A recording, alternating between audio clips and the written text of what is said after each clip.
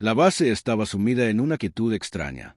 No era silencio militar, ese silencio rígido, entrenado, lleno de órdenes invisibles, sino un silencio espeso, como si el aire estuviera esperando algo. El amanecer apenas había levantado su luz sobre las montañas cuando Samuel, un soldado joven pero ya cansado, sintió un temblor que no venía del viento. Era un sonido lejano, un zumbido, un rumor metálico que atravesaba el cielo antes de que cualquier oficial dijera una palabra. Samuel levantó la vista. Al principio solo vio una sombra moviéndose en la bruma. Luego otra, y otra, hasta que la vibración se volvió nítida, contundente, imposible de ignorar. Un helicóptero se acercaba a la base, pero no era de los habituales. No era el del suministro semanal, ni el transporte de rutina, ni una evacuación médica. Este venía escoltado. 2 máquinas a los lados. Una formación perfecta. Una precisión quirúrgica. ¿Quién viene?, preguntó uno de los soldados más jóvenes, apenas despertando su voz. Nadie respondió. Samuel sintió en el pecho un presentimiento viejo, casi ancestral. Cuando el cielo se mueve así, algo grande se acerca. No sabía si era bueno o malo, solo que era inevitable. Cuando el helicóptero tocó tierra, el viento levantó polvo y papeles sueltos. La base entera se quedó mirando. Incluso los más veteranos tensaron los hombros. La puerta lateral se abrió, y de ahí bajó un hombre que Samuel reconoció sin necesidad de haberlo visto nunca de cerca. Álvaro Uribe. No llegó con escoltas empujando gente. No llegó con poses grandilocuentes. No llegó reclamando miradas. Solo bajó con esa postura rígida, casi vertical, que parecía más vieja que él. Un paso seguro. Una mirada que medía antes de saludar. Los comandantes se cuadraron de inmediato. Los oficiales se alinearon como si el aire se hubiera vuelto más pesado. Los soldados jóvenes respiraron hondo sin saber por qué. Samuel no hizo nada de eso. No por rebeldía. Por instinto. Lo observó a la distancia, en silencio. Había algo extraño en cómo caminaba Uribe. No había apuro. No había duda. Pero tampoco había ostentación. Era como si no necesitara demostrar nada, porque todo ya estaba dicho antes de que su boca se abriera. El coronel de la base se acercó con una sonrisa forzada. Samuel notó ese gesto. No era cortesía, era nerviosismo cuidadosamente maquillado. «Bienvenido, señor», dijo el coronel. Uribe asintió sin detenerse. «Necesito ver a los hombres», respondió, como quien ya sabía el camino. Nadie preguntó por qué. Nadie cuestionó la visita. Nadie esperaba explicaciones. Era el tipo de llegada que no requería avisos. El tipo de presencia que desacomoda estructuras sin necesidad de palabras. Samuel lo siguió con los ojos mientras avanzaba por el pasillo principal de la base. No sabía qué buscaba, pero algo en el aire cambió desde el primer paso que dio. Era como si su presencia hubiera movido el eje del lugar. Los soldados dejaron de hablar. Los mecánicos detuvieron las herramientas. Los perros de guardia dejaron de ladrar. Todo se alineó, involuntariamente, alrededor de él. Samuel sintió que ese día no sería uno más, que nada volvería a ser igual después de esa visita, que algo profundo y silencioso estaba a punto de ocurrir. No era miedo, no era admiración, era otra cosa. Era la intuición de que el destino acababa de entrar por la puerta principal.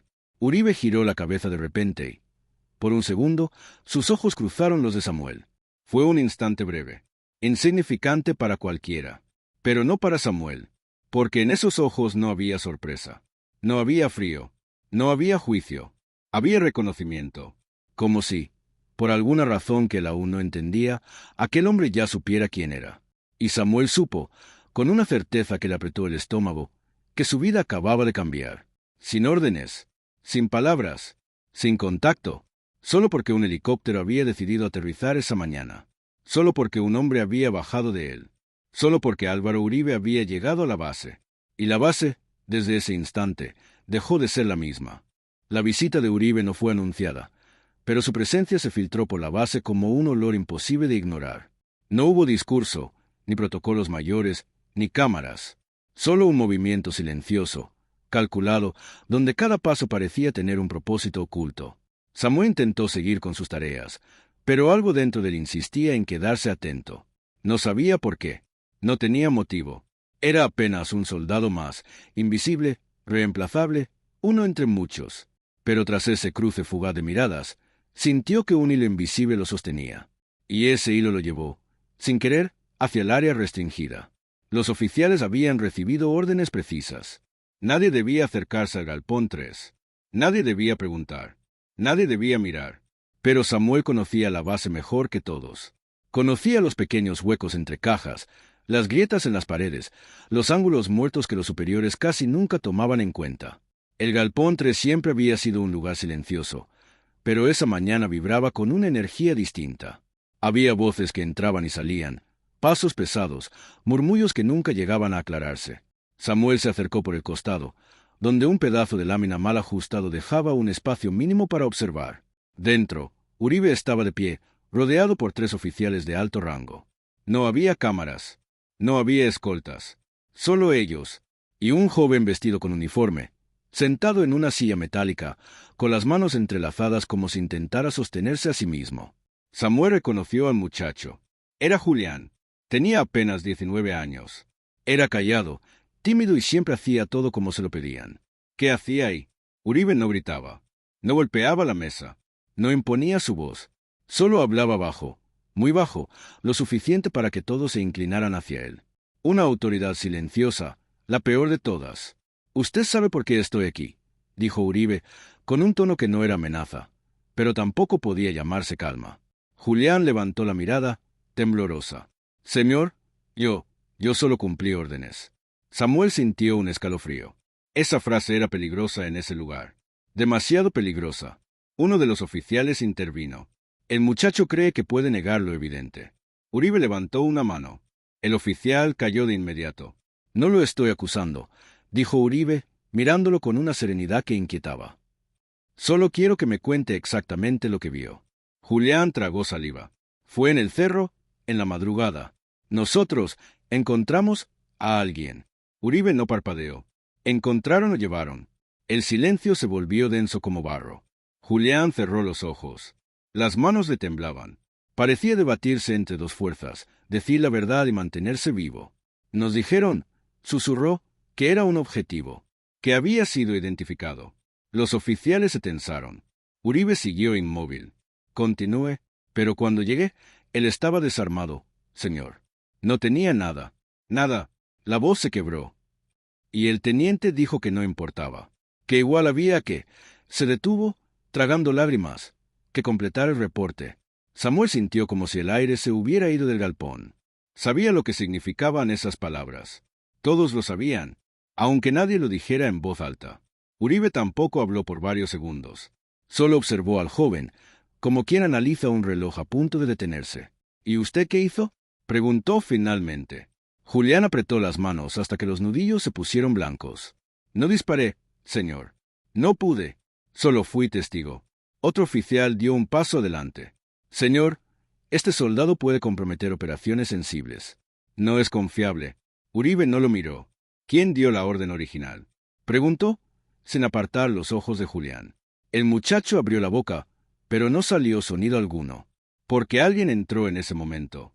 El coronel de la base. Entró sin tocar, sin anunciarse, casi como quien intenta romper el clima para evitar una explosión. «Señor», dijo mirando a Uribe con un respeto inquieto, «ya se ha preparado el informe. El helicóptero puede llevarlo cuando guste». Uribe se giró levemente. «Estoy hablando con el soldado». «Lo sé, señor», respondió el coronel. «Pero no creo que sea prudente extender más esto». Uribe lo observó. Lento, profundo, casi con una sombra de duda o de sospecha.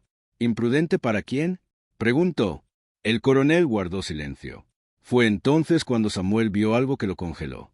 El coronel no solo evitaba la mirada de Uribe, también evitaba la de Julián. El miedo del muchacho no era a Uribe, era al hombre que acababa de entrar. Uribe lo notó. Giró de nuevo hacia Julián. ¿El coronel estaba allá esa noche? Julián palideció. La respuesta era obvia incluso sin palabras. Samuel retrocedió instintivamente del hueco en la pared. Su corazón latía demasiado fuerte. Ya no estaba observando una reunión. Estaba presenciando un momento que alguien iba a intentar enterrar para siempre. Y si él había visto demasiado, podrían intentar enterrarlo también. El aire de la base cambió de nuevo. Los perros volvieron a ladrar a lo lejos. Samuel entendió una sola cosa. Ese día marcaría un antes y un después. Y lo que había empezado con un helicóptero aterrizando, ahora se convertía en una tormenta. Una tormenta que apenas comenzaba. El viento en la base siempre sonaba igual. Golpeaba las planchas metálicas, arrastraba tierra suelta y se colaba entre las ventanillas oxidadas de los dormitorios.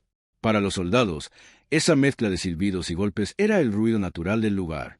Pero aquella noche, Samuel sintió que algo en el ambiente estaba desacompasado, como si el viento llevara otro ritmo. Quizás era porque desde que Uribe, ese hombre de traje oscuro, mirada rápida y pasos medidos, había bajado del helicóptero, la base ya no respiraba con normalidad. Samuel lo notaba en los demás. Los oficiales hablaban más bajo. Los suboficiales caminaban más rápido. Los soldados evitaban preguntar. Los civiles que trabajaban en la cocina no levantaban la mirada. Era como si la presencia de aquel personaje, oficialmente un asesor estratégico del gobierno, en esta versión ficticia del universo, hubiera introducido una sombra que se movía por los pasillos sin hacer ruido. Una sombra que no se podía nombrar fácilmente. Esa noche, ya en su litera, Samuel intentó dormir, pero la conversación en su cabeza lo mantenía despierto, porque el día anterior, en la visita de inspección, había escuchado, sin querer, sin buscarlo, una frase que no estaba destinada para sus oídos. Una frase dicha por Uribe a los coroneles. Los números deben mejorar. Ustedes entienden. Resultados visibles. Y pronto. No era amenaza. No era orden directa. Era algo peor. Una instrucción disfrazada de expectativa. Ambigua, limpia, peligrosa.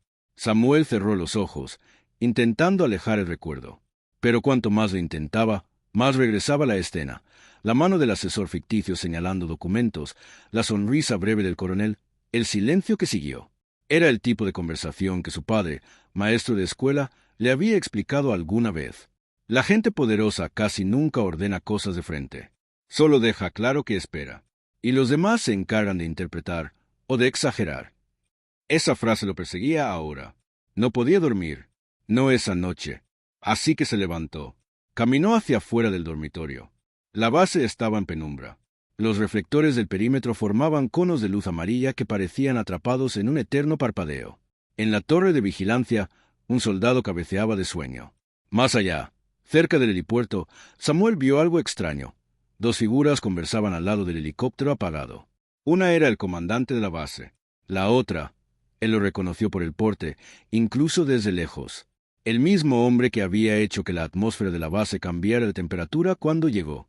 Samuel no podía escuchar nada desde donde estaba, pero la postura lo decía todo.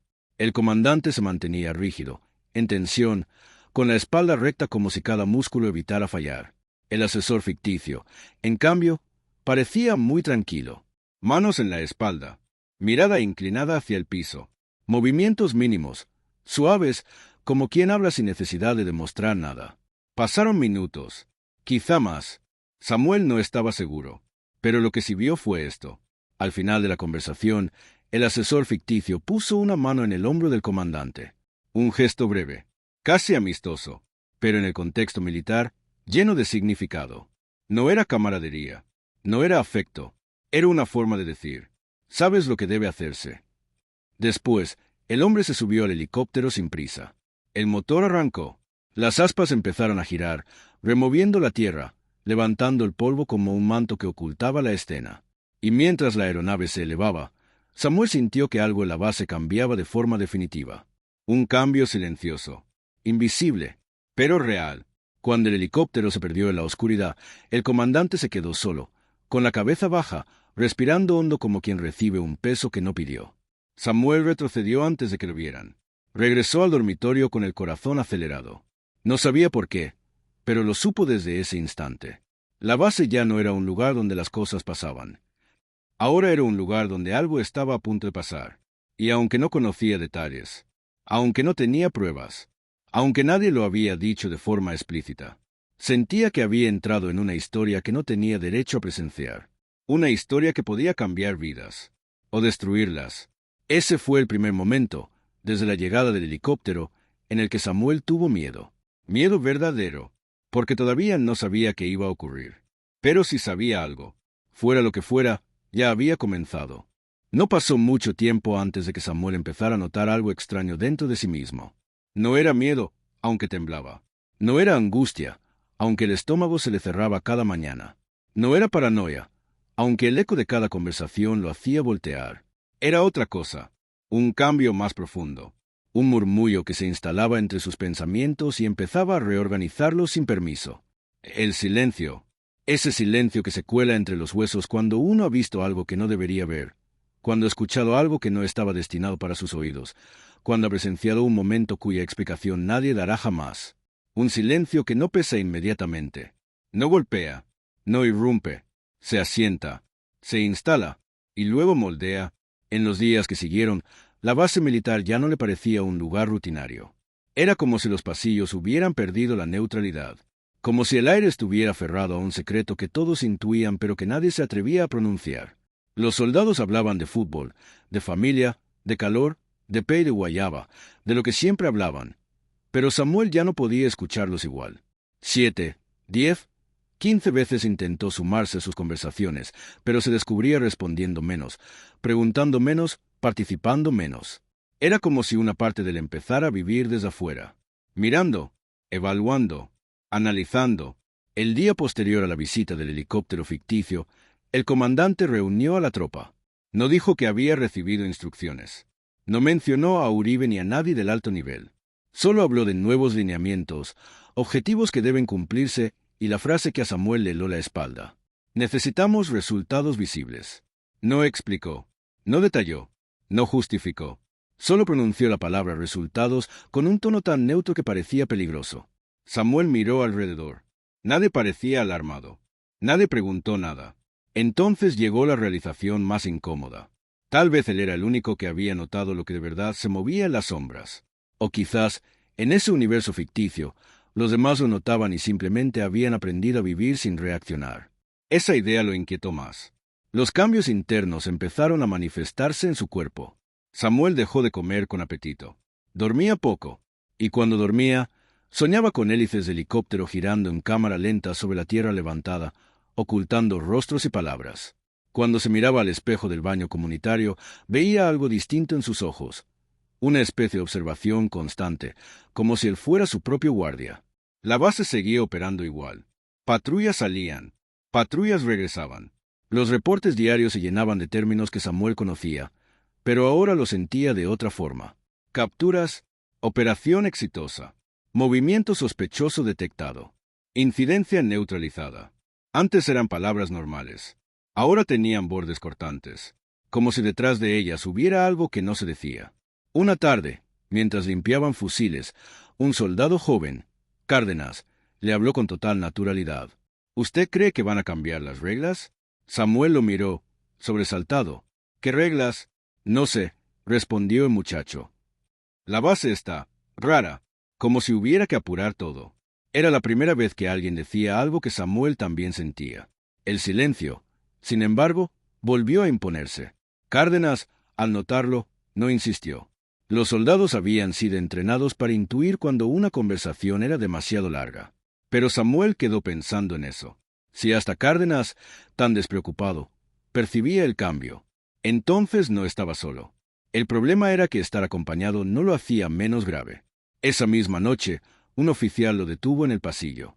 García, dijo en tono extraño. El comandante quiere que deje de preguntar tanto.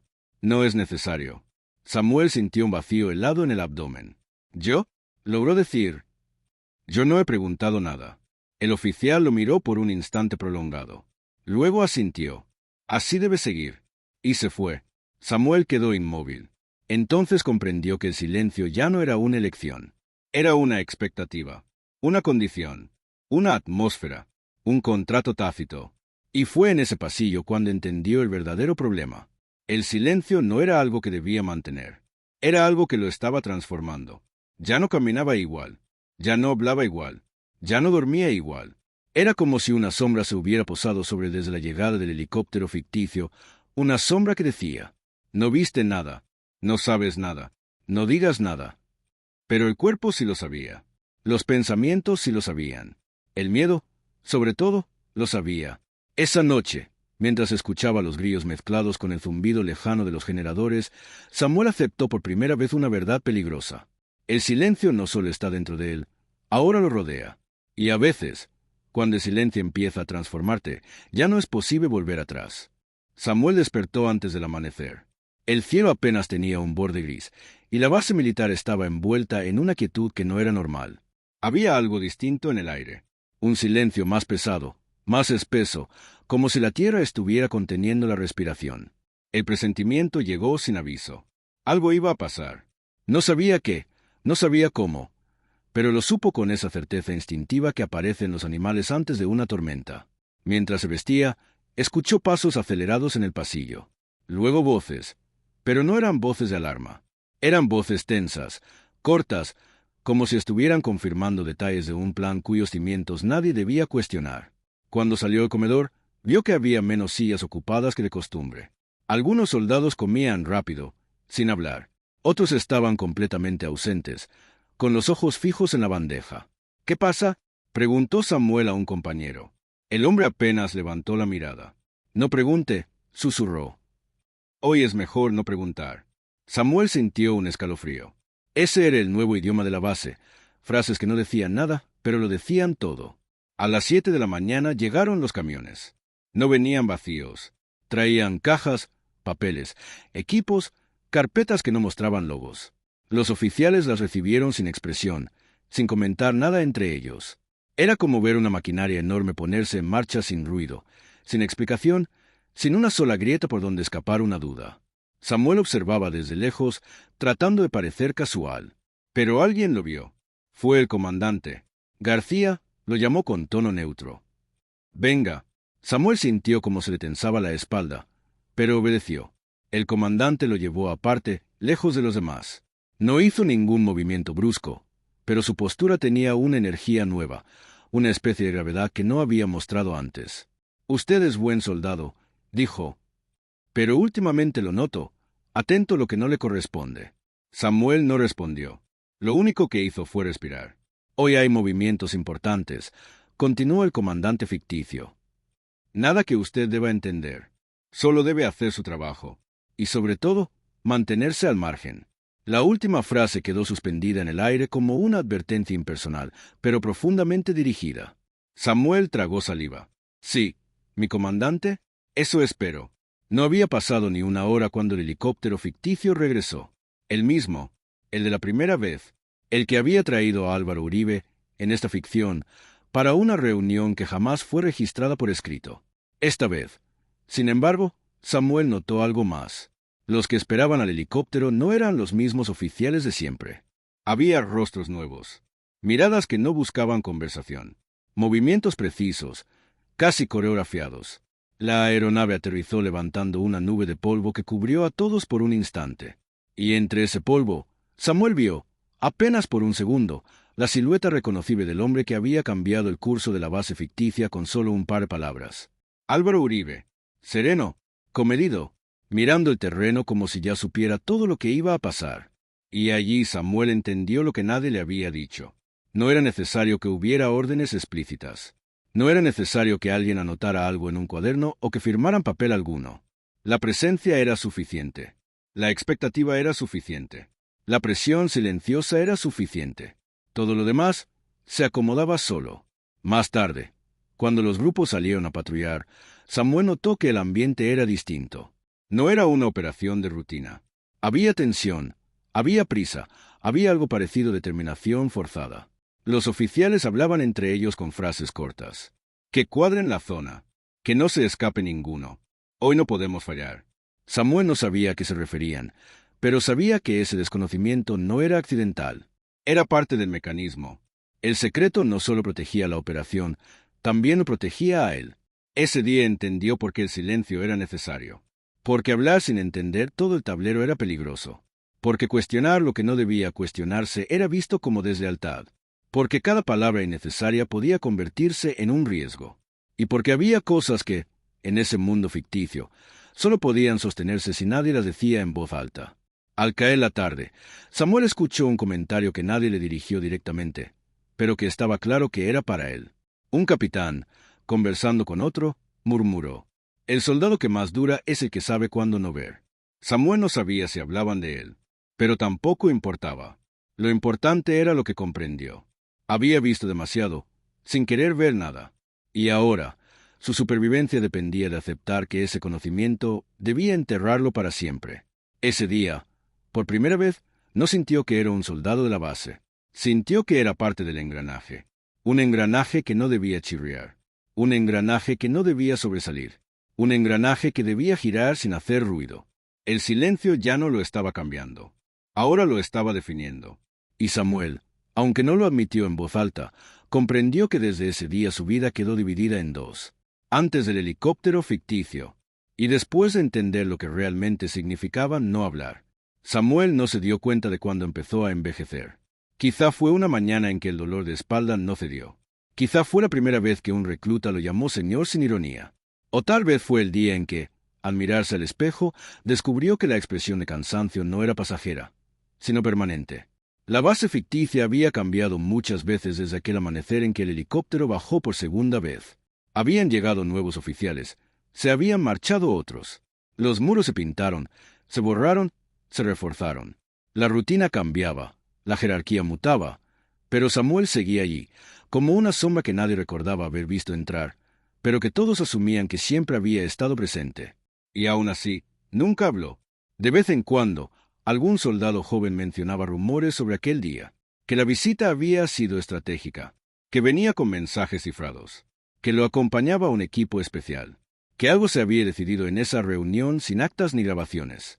Pero nadie sabía la escena exacta, la escena que Samuel había visto con sus propios ojos, la escena que había cambiado la base, y también a él, porque Samuel no era protagonista de nada, era testigo, y a veces, ser testigo es una condena más pesada que ser actor.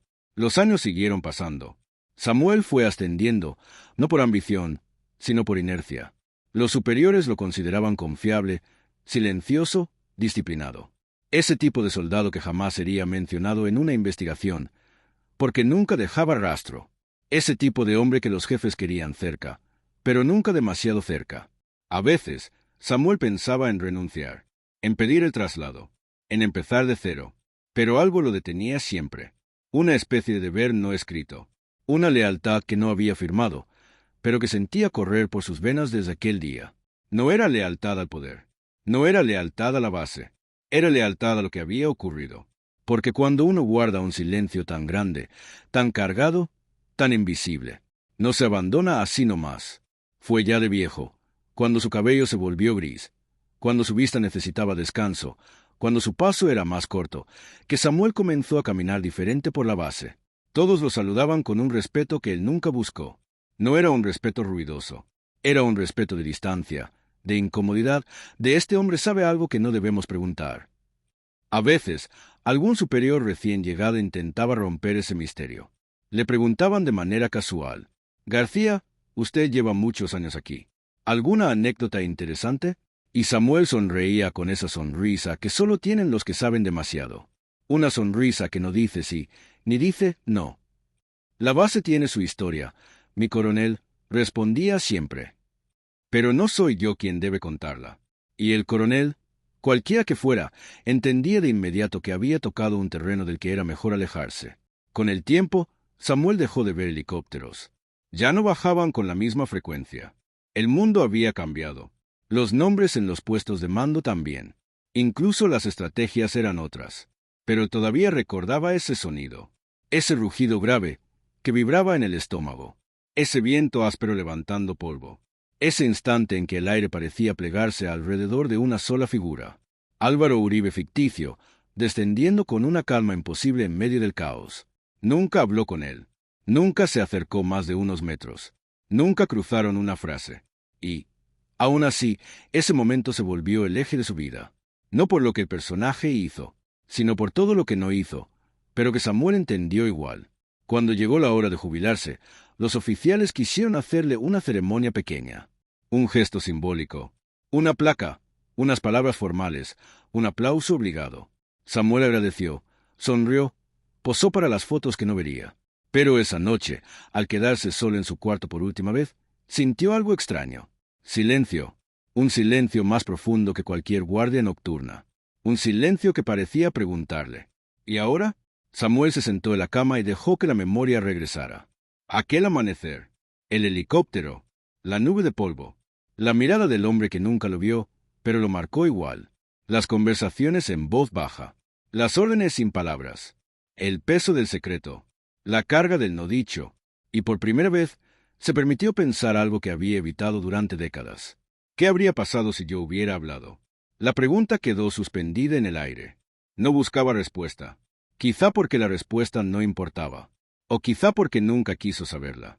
Lo único que Samuel comprendió, con la lucidez tranquila de los viejos, era esto. Callar no lo protegió del mundo. Callar lo protegió de sí mismo. Porque a veces, saber demasiado no te convierte en testigo del poder, sino en guardián involuntario de una historia que no te pertenece.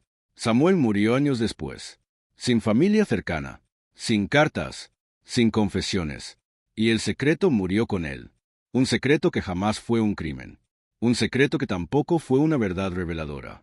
Era otra cosa, una pieza suelta de un tablero que él nunca alcanzó a entender del todo. Y la base siguió funcionando. Los helicópteros siguieron volando. Los hombres siguieron obedeciendo. El mundo siguió girando. Pero en algún rincón, perdido entre los archivos que nadie leera, quedó registrado su nombre. Samuel García, servicio ejemplar. Ningún documento menciona lo que vio. Ningún archivo recuerda el día que cambió su vida. Ningún soldado nuevo sabe que hubo una vez un hombre que cargó un silencio entero sin que nadie se lo pidiera. Y así nació la leyenda, silenciosa, sin testigos, sin gloria. Que un soldado vio algo el día que el helicóptero aterrizó, que entendió la importancia de callar, y que envejeció con una escena intacta en la memoria. Una escena que nunca contó, una escena que nunca lo soltó, una escena que nunca sabremos. ¿Por qué ese es el destino del testigo silencioso? Desaparecer, pero dejar una sombra que nunca se borra.